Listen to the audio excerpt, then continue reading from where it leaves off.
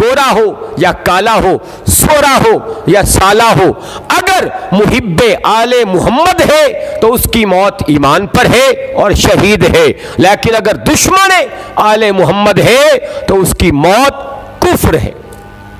ان احادیث کے مقابلہ میں ایک اور حدیث ہے کہ من ماتا ولم یعرف امام زمانہ ہی مات میتۃ الجاہلیہ، یعنی کہ جو اپنے زمانہ کے امام کی معرفت کے بغیر مر جائے وہ جاہلیت یعنی کفر کی موت مرتا ہے۔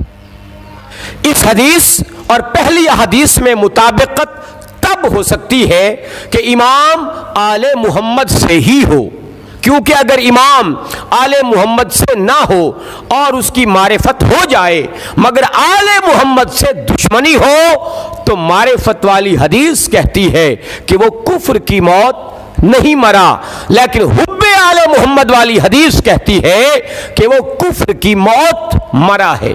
اسی طرح وہ امام جو آل محمد سے نہیں، اگر اس کی معرفت نہ ہو لیکن آل محمد سے محبت ہو تو معرفت والی حدیث کی روح سے اس کی موت کفر پر ہے، اور حب آل محمد والی حدیث کی روح سے اس کی موت شہادت کی ہے۔ تو ان دو قسم کی حدیثوں میں مطابقت اس وقت ہوگی جب امام اسی خاندان سے ہو کہ جس کی محبت واجب ہے، پس چونکہ محبت آل محمد سے کرنا واجب ہے اس لیے امام بھی آل محمد سے ہونا ضروری ہے۔ پس چونکہ محبت آل محمد سے واجب ہے اس لیے امام بھی آل محمد سے ہونا ضروری ہے۔ اللہ تعالی کا لاکھ شکر ہے کہ اس نے ہمیں علی جیسا امام دیا، اور یہ وہ نعمت ہے کہ جس کا شکر ادا ہو ہی نہیں سکتا۔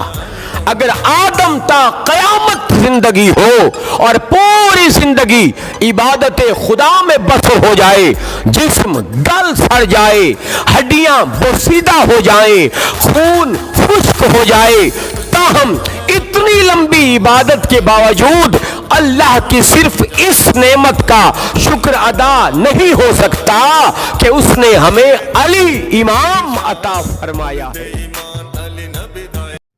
دیکھیے، کراچی کا ٹکٹ جیب میں ہو اور اسٹیشن پر دو گاڑیاں بیک وقت تیار ہوں، ایک کا رخ کراچی کی طرف اور دوسری پشاور جانے والی ہو، تو یہ نہ کہو کہ جس گاڑی پر سوار ہوں گا وہی کراچی لے جائے گی، بلکہ اسی گاڑی پر بیٹھنا ہوگا جو کراچی کی طرف جا رہی ہو، ورنہ اگر اسی ٹکٹ کے سہارے پشاور والی گاڑی پر بیٹھے، حالانکہ اس کو اسٹیشن کا عملہ، چیکر اور سواریاں سب کہتے رہیں کہ غلطی کر رہے ہو، لیکن وہ اپنی ضد پر اڑا رہے کہ ٹکٹ بھی حکومت کی جاری کردہ اور گاڑی بھی حکومت کی، لہٰذا جس گاڑی پر بیٹھ جاؤں کراچی پہنچائے گی، تو یہ اس کی حماقت ہوگی، کیونکہ اگر اس گاڑی پر سوار ہو گیا اور راستے میں چیکنگ ہو گئی تو جرمانہ بھی پڑے گا، حتیٰ کہ عزت بھی ہوگی، پہلا ٹکٹ بھی ضائع، اور کراچی جانے کے لیے گاڑی پھر وہی لینی پڑے گی جو کراچی جا رہی ہوگی، پس وقت بھی ضائع ہوگا اور منزل پر بھی لیٹ پہنچے گا۔ یہاں دنیا کے پلیٹ فارم سے بیک وقت دو گاڑیاں روانہ ہیں، ایک کا رخ جنت کی طرف اور دوسری کا رخ جہنم کی طرف۔ جنت کی گاڑی کا ذمہ دار حسین ہے اور جہنم کی گاڑی کا ٹھیکیدار یزید ہے۔ اب اگر ٹکٹ علی ولی اللہ کا ہے تو پہچان کر حسین والی گاڑی میں سوار ہونے کی کوشش کرو اگر جنت میں جانے کا ارادہ ہے۔ یہ نہ کہو کہ جس گاڑی میں بیٹھو گے وہی جنت پہنچائے گی۔ گر دل میں کدورت ہے ولی ابن ولی کی، کانٹا ہے تو گلشن میں نہ کر بات کلی کی، دوزخ ہے تیری منزل تو اسی سمت سفر کر، جنت تو ہے جاگیر حسین ابن علی کی۔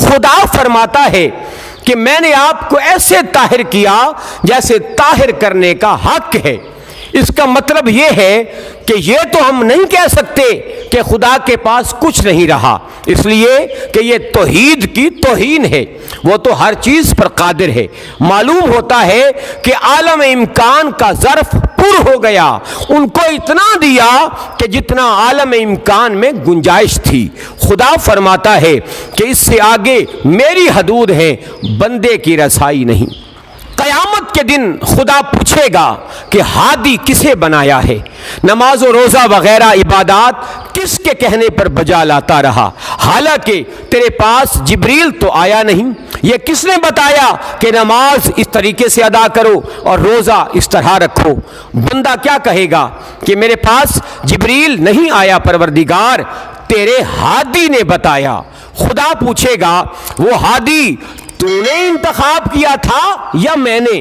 تو بندہ کہے گا کہ میں اس کی ظاہری شکل سے بھول گیا تھا، میں اس کو ہادی مقرر کر کے عبادات و اعمال بجا لاتا رہا۔ ایک ہم ہیں کہ جب ہم سے پوچھا جائے گا تو بتائیں گے کہ ہادی نے بتایا۔ تو اگر خدا نے ہم سے سوال کیا کہ ہادی تمہارا نامزد تھا یا میرا، تو ہم یہ نہیں کہیں گے کہ سفید پوش تھا جس کی وجہ سے ہم اس کے ظاہر پر بھول گئے، بلکہ ہم واضح طور پر آیے تطہیر پڑھ کر دربار توحید میں کہیں گے کہ پروردگار تطہیر بھیج کر پاکیزگی کی سند تو نے دی ہے اور امام مان کر اتباع ہم نے کی ہے۔ مولا علی علیہ السلام کی محبت گناہوں کو ایسے کھا جاتی ہے جس طرح آگ لکڑی کو کھاتی ہے۔ اس کی تشبیہ بتاتی ہے کہ جس طرح آگ کے وجود سے پہلے لکڑیوں کا انبار لگا ہو تو جب آگ آئے گی اس انبار کو کھا جائے گی، لیکن پھر جب تک روشن رہے گی وہاں نئی لکڑی جنم لے ہی نہیں سکتی۔ تو اس کا مقصد یہ ہے کہ علی کی محبت کے آنے سے پہلے جس قدر گناہ تھے وہ سب جل گئے، لیکن اب جب تک علی کی محبت کی شمع روشن رہے گی نیا گناہ نہیں آ سکے گا۔ حسینیت عزیزان گرامی قدر میرے پاک حسین نے زخماں نال چور چور ہو کے نماز شروع کی تھی۔ جدوں سجدے دے اندر گئے نے فرمایا سبحان ربی الاعلی، سبحان ربی الاعلی، سبحان ربی الاعلی۔ حوراں دیاں چیخاں نکل گئیاں نے، فرشتے رون لگ گئے نے، زمین آسمان رون لگ گئے نے۔ اللہ فرمایا آؤ میدان دے اندر فرشتو، یاد کرو جدوں میں آدم نو بنان لگا سا تسی آکھیا سی آدم نو پیدا نہ کر، انسان نو پیدا نہ کر، اے خون ریزیاں کرے گا، اے فساد کرے گا، اسی تیری عبادت کرنے والے بڑے ہاں، ساڑے ورگی عبادت کوئی نہیں کر سکتا۔ آؤ ذرا کربلا ول چاتی مار کے دسو جیسا سجدہ حسین پیا کردا ہے، جیسی عبادت حسین پیا کردا ہے، کہ ایسا سجدہ جبریل دے کول ہے، ایسا سجدہ میکائیل دے کول ہے، ایسا سجدہ اسرافیل دے کول ہے، ایسا سجدہ اسرائیل دے کول ہے۔ دکھاؤ تہاڈی عبادت کیڑی ہے؟ سارے فرشتیاں ہاتھ جوڑ کے آکھیا مولا اساں ساریاں دی کروڑاں سال دی عبادت ایک پاسے، حسین دا کربلا دا ایک سجدہ۔